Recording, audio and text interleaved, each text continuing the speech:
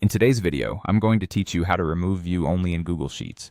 If you've opened a spreadsheet and found you can't type or make changes, that means you're in view only mode. There are two straightforward ways to lift that restriction. Give specific people edit access or change the link's general access so anyone with the link can edit. I'll walk you through both, explain what each option means, and share some quick tips to help you choose the right one. First, giving edit access to specific people is the most controlled and secure approach. Look to the top right of your Google Sheet and click Share. A window will open. In the field where you add people and groups, enter the email addresses of the people you want to collaborate with. Next to their names, you'll see a role drop-down. Change that from viewer or commenter to editor. Editor allows them to make changes directly in the sheet. If you want, you can include a short message explaining what you need them to do. When you're ready, click Send.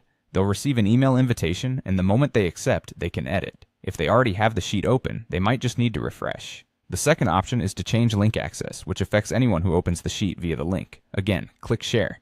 In the section labeled General Access, you'll see a setting that typically shows Viewer, Commenter, or Editor.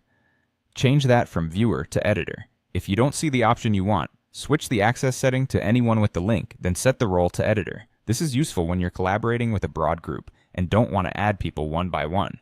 Just remember, anyone with the link. Editor means anyone who gets that link can change your sheet. So only use this for non-sensitive data and when you trust your audience. When you're done, you can copy the link from this same window and share it. A couple of quick notes before we wrap up.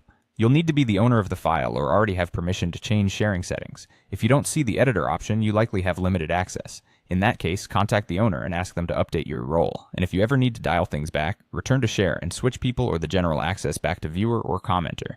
That's it. Two reliable ways to remove view only in Google Sheets so you can collaborate smoothly.